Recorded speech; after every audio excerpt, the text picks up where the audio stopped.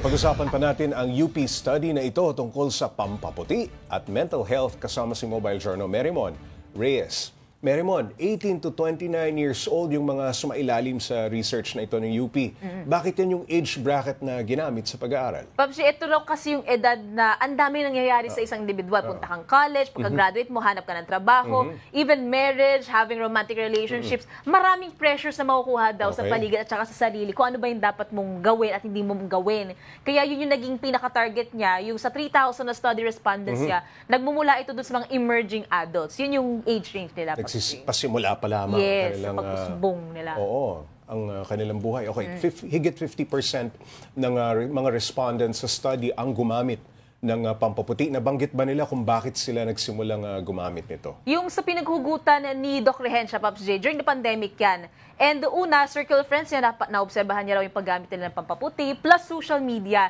Nung time kasi na yan, hindi lang mga pampaputi anything that has to do with taking care of yourself, yun yung naging uso nung pandemic talaga. Dahil nasa bahay ka lang, may time ka, even ang rejuve ngayon, magbabalat ka, na uso din yan nung time na yon. So, mga pampabeauty. Yes, pero matagal na nag-e-exist yung mga pampaputi, pero nung time talaga na to, nung quarantine or nung pandemic era, parang doon naobserbahan na, okay, parang inaalagaan ata ng mga tao yung sarili nila. Okay, nabanggit din ba kung magkano, Merrimon, yung ginagastos nila para sa pampaputi? Magkano ang budget? It ranges, Pops J. Kasi yung iba, yun nga yung nasabi ni Dr. Hensha, medyo alarming kasi yung ibang ginagamit na pampaputi, mga sabon na kinikilo-kilo lang na nabibili mo sa mga bangketa, which is alarming when it comes to the safety sa balat.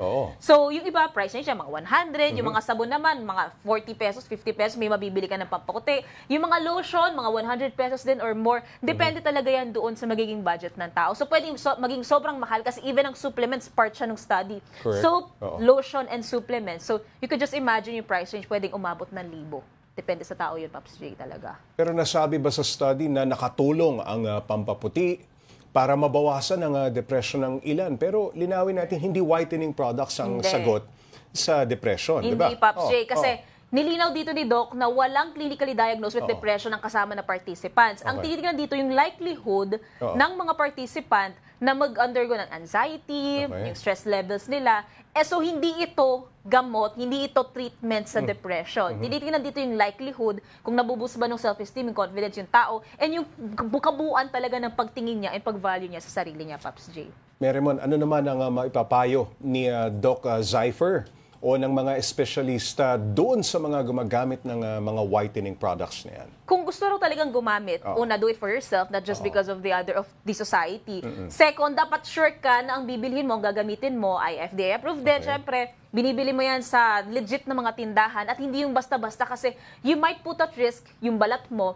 Tapos, ang equivalent pa niyan, baka malugmok ka lalo sa sarili mo dahil imbes na aalagaan mo yung sarili mo, lalong masisira yung balat mo, Pops J. Okay, maraming salamat, Mobile Journal Merrimon Reyes.